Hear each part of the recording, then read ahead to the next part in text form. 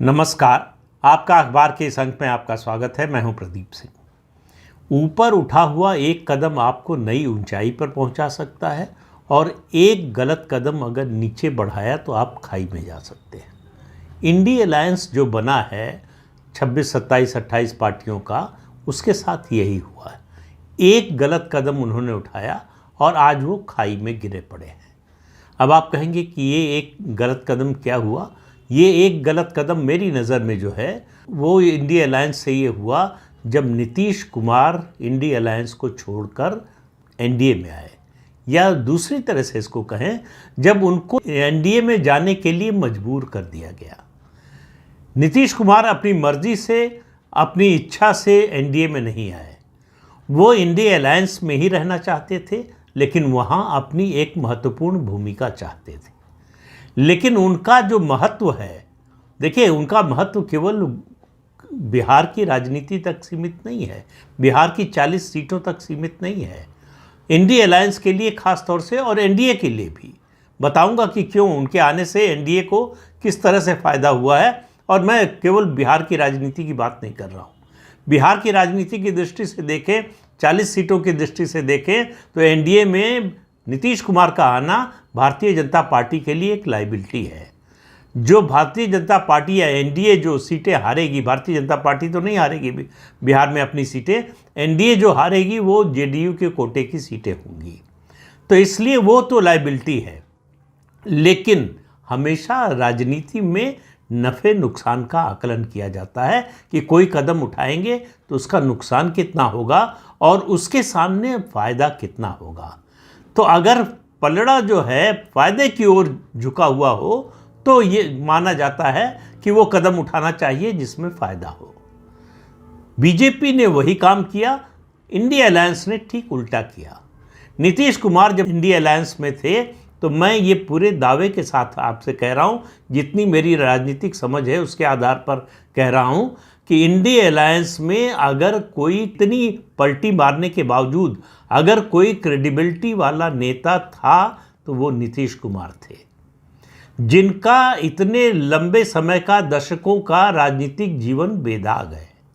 उन पर कोई भ्रष्टाचार का आरोप नहीं है, उन पर भाई भतीजावाद का आरोप नहीं है। आप मुझे बताइए इंडी अलायंस में दूसरा ऐसा कौन सा नेता है जो सामाजिक न्याय की लड़ाई से जुड़ा हुआ हो, जो मंडल कमीशन की सिफारिशों के आंदोलन से जुड़ा हुआ हो, जो जेपी मूवमेंट से निकला हुआ हो, जो जेपी का करीबी रहा हो। ऐसा कोई नेता इंडी अलायंस में नहीं। या तो परिवारवादी हैं, या भ्रष्टाचार के आरोपी हैं, या दोनों हैं। एकमात्र थे नीतीश कुमार। नीतीश कुमार को महत्वपूर्ण भूमिका अगर दी गई होती तो वो छोड़कर नहीं आते। अब आप आइए दूसरे मुद्दों पर आइए, नहीं व्यक्ति की बात छोड़ दीजिए। इंडी अलायंस का मुख्य मुद्दा क्या था? खासतौर से कांग्रेस पार्टी क्या बनाना चाहती थी? जातियों की गणना, जातियों की गिनती, सामाजिक न्याय का मुद्दा, आरक्षण का मुद्दा, अगड़ा पिछड़ा का मुद्दा। और उसको लगता था कि ये ऐसा मुद्दा है जिस पर हम बीजेपी को बैकफुट पर ला सकते हैं।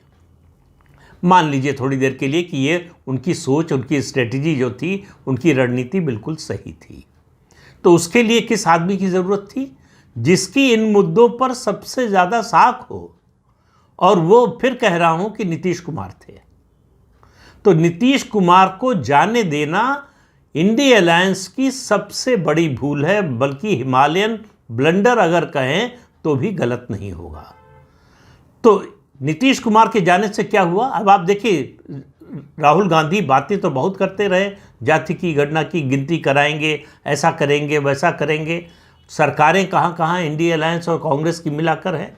जब उस समय बात कर रहे थे, उस समय 5 राज्यों के विधानसभा चुनाव नहीं हुए थे, तो राजस्थान में सरकार थी, छत्तीसगढ़ में सरकार थी, हिमाचल में सरकार बन चुकी थी, कर्नाटक में सरकार थी, उसके अलावा तमिलनाडु में डीएमके के गठबंधन की सरकार थी, केरल में जो है एलडीएफ की सरकार थी, पश्चिम बंगाल में ममता बनर्जी की सरकार थी, और बिहार में जो है महागठबंधन की सरकार थी। इतनी सरकारों में से सिर्फ 2 सरकारों ने जाति की गणना कराई। राहुल गांधी के इस मुद्दे को उठाने से पहले एक सरकार ने, और इस मुद्दे को उठाने के बाद एक सरकार ने। इस मुद्दे को उठाने के बाद जिस सरकार ने कराया वो नीतीश कुमार की सरकार थी, बिहार सरकार। उसने जाति की गणना कराई, सेंसस कराया और उसकी रिपोर्ट सार्वजनिक कर दी। दूसरी जो सरकार थी, राज्य सरकार, जिसने ये कराया, वो सिद्धारमैया की कर्नाटक की सरकार थी, जो उन्होंने पिछले कार्यकाल में अपने जो है जातियों की गणना कराई थी, उस रिपोर्ट को सार्वजनिक करने की हिम्मत आज तक सिद्धारमैया, उनकी सरकार और राहुल गांधी में नहीं हुई है। अभी तक वो रिपोर्ट सार्वजनिक नहीं हुई है, क्योंकि उसमें डर है कि उससे फायदे की बजाय नुकसान हो जाएगा। आखिर राहुल गांधी ने राजस्थान में उनकी सरकार थी, छत्तीसगढ़ में सरकार थी, हिमाचल में सरकार थी, कर्नाटक में तो थी ही, वहाँ क्यों नहीं कराया? अपने साथी दलों की सरकार पर दबाव क्यों नहीं डाला? पश्चिम बंगाल में क्यों नहीं कराया? तमिलनाडु में क्यों नहीं कराया? केरल में क्यों नहीं कराया? तो उस मुद्दे को ख़त्म अगर किसी ने किया तो बीजेपी ने नहीं, खुद इंडिया अलायंस और ख़ासतौर से कांग्रेस पार्टी और राहुल गांधी ने ख़त्म किया, क्योंकि उनकी निष्ठा नहीं थी, क्योंकि उनका कन्विक्शन नहीं था। इस मुद्दे को लेकर वो खाली एक स्ट्रेटजी के नाते ये मुद्दा उन्होंने उछाल दिया था, लेकिन उसमें कन्विक्शन नहीं था, तो इसलिए उसमें आगे कदम बढ़ा नहीं सके। नीतीश कुमार का कन्विक्शन था, इसलिए वो कर पाए। अब वो नीतीश कुमार जो एकमात्र नेता थे जिन्होंने जाति की गणना कराई पूरे देश में, एक ही राज्य है जिसने कराई, और वो नेता जो है एनडीए के साथ आ गया। मुद्दा वहीं इंडिया अलायंस का वो खत्म हो गया। उस मुद्दे को बीजेपी ने पंक्चर कर दिया। अभी जो मैं शुरू में बात कह रहा था कि बिहार की 40 सीटों के लिहाज से और ख़ासतौर से जो 16 सीटें जेडीयू को दी है, उसके हिसाब से नीतीश कुमार लायबिलिटी है। लेकिन नीतीश कुमार के दूसरे फायदे अगर आप देखेंगे जो एनडीए को और बीजेपी को मिले हैं, ये घाटा, ये नुकसान, ये लायबिलिटी बहुत छोटी लगेगी। एक, इंडिया अलायंस की जो रीढ़ की हड्डी थी उसको तोड़ दिया, और उनके बीच में जो सबसे स्वीकार्य चेहरा हो सकता था, जो सबसे क्रेडिबल चेहरा हो सकता था, उसको अपने साथ ले आए। अब इस फर्क को समझिए। नीतीश कुमार के आने से भारतीय जनता पार्टी को इस बात में मदद मिली कि जाति की गणना का जो मुद्दा कांग्रेस पार्टी, राहुल गांधी और उनके साथियों ने उठाया था, वो मुद्दा ही हवा में उड़ जाए।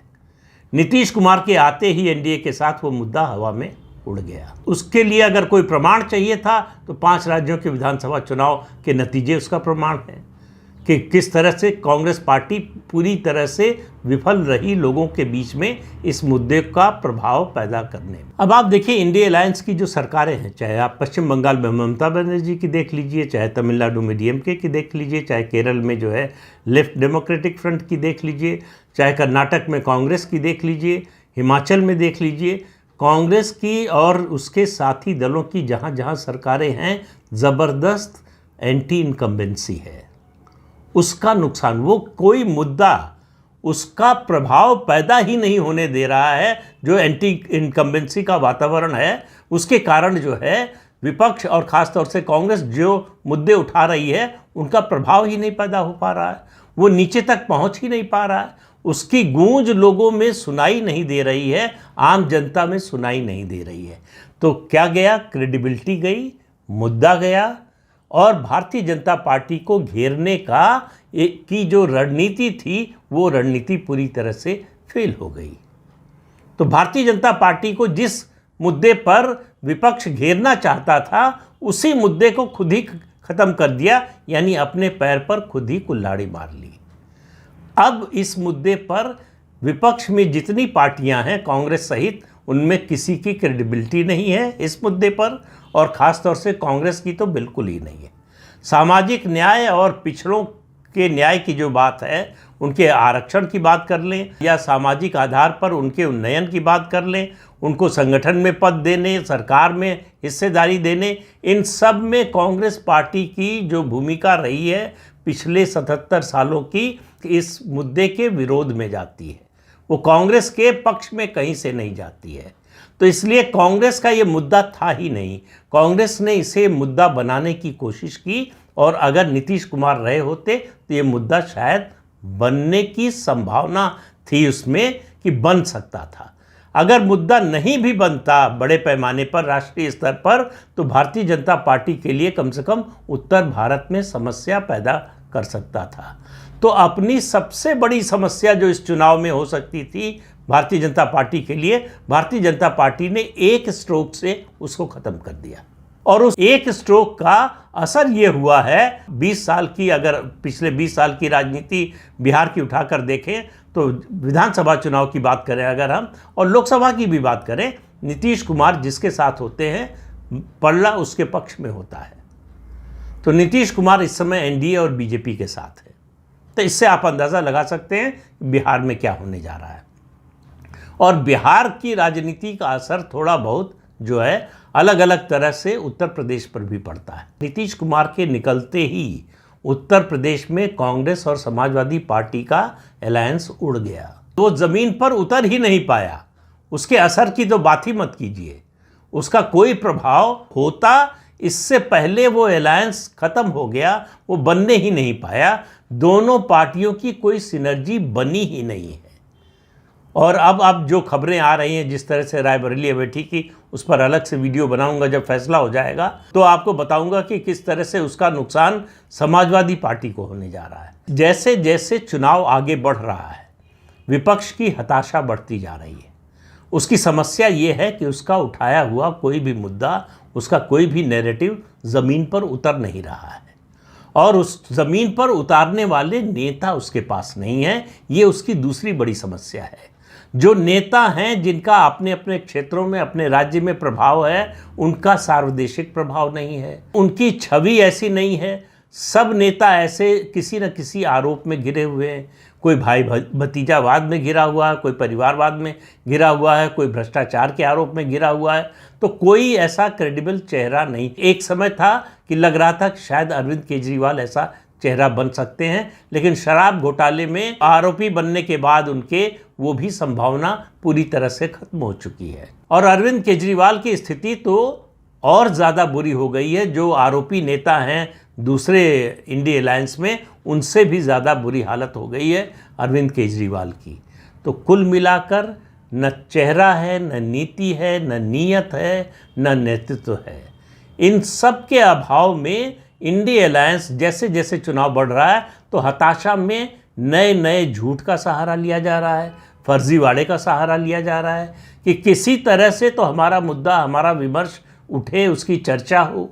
तो चर्चा कराने के लिए चर्चा तो क्षणिक रूप से हो सकती है, एक दिन 2 दिन चर्चा हो जाएगी उसकी, लेकिन वो झूठ पकड़ा जा रहा है और उस झूठ का कोई असर भी नहीं हो रहा है। उससे भारतीय जनता पार्टी को मौका मिल रहा है अपनी स्थिति को और सुधारने का, अपनी स्थिति को और सुदृढ़ करने का। ये जो 400 पार के नारे के जवाब में आरक्षण का मुद्दा उठाया कांग्रेस पार्टी ने, इसने भारतीय जनता पार्टी को और जो है लामबंद करने में मदद की है और अपनी स्ट्रेटजी को रिकैलिब्रेट करने में मदद की है भारतीय जनता पार्टी की। तो विपक्ष जो मुद्दा उठा रहा है, जो रणनीति, जिस रणनीति पर चल रहा है, वो उसके फ़ायदे की बजाय भारतीय जनता पार्टी को फ़ायदा पहुंचा रही है। इसकी वजह से उसकी हताशा बढ़ती जा रही है। इसलिए जो है निजी हमले तेज होते जा रहे हैं और आप देखेंगे कि जैसे जैसे चुनाव आगे बढ़ेगा ये निजी हमले और निजी आक्षेप, टीका टिप्पणियाँ और ज़्यादा बढ़ने वाली हैं। तो कुल मिलाकर इस चुनाव में यानी 2024 के लोकसभा चुनाव में विपक्ष की जो स्थिति है, मेरा मानना है कि 2014 और 2019 दोनों चुनाव से अगर तुलना करें तो और ज़्यादा बदतर है। तो विपक्ष की स्थिति में कोई सुधार नहीं होने वाला है 2024 के लोकसभा चुनाव में। ये जो मुद्दे चलाए जा रहे हैं और वोटिंग परसेंटेज कम हो गया, इसका मतलब सरकार से नाराज़गी है, इसका मतलब बीजेपी का वोटर नहीं निकला, ये सब जो है एक इकोसिस्टम है जो चला रहा है जिसका कोई असर आम मतदाता पर नहीं पड़ रहा है और उसका प्रमाण आपको 4 जून को मिल जाएगा जब नतीजे आएंगे लोकसभा चुनाव के। तो इस अंक में इतना ही। अगले अंक में फिर मिलेंगे किसी नए मुद्दे के साथ। तब तक के लिए अनुमति दीजिए। आपसे अनुरोध है कि ये चैनल देखिए, शेयर कीजिए, लाइक कीजिए और सब्सक्राइब ज़रूर कीजिए। नमस्कार।